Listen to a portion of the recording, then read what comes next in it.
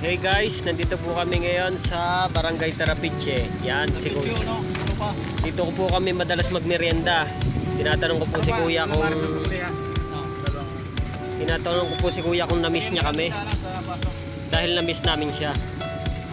Yan, tingnan niya naman sa sarap ng kanyang mga luto. Kuya, ano ang pangalan niya? Richard Aswila. Yun, si Richard daw po. Pasensya na ka na kuya, small content creator lang kami kaya hindi ko po na yan mapapakaya. Okay lang yan.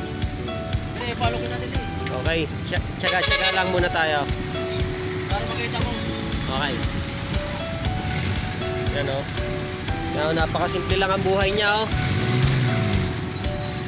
Kuya, nakakamagkano ka sa maghapon? Sa 3,000. Hindi naman ko sarili ko eh, nangangamuha lang ako. Nangangamuhan lang daw siya pero madiskarte pa rin. 10% kami dito sa 2,000, may 400 kami. Yun. 10% daw palang kitaan dito. Halimbawa ay sa 4,000, May 400 kami. may 400. Ayos na rin ba? Minimum na yun. Pero okay na yun. Binigay Tapos, kami ng amuhan dito.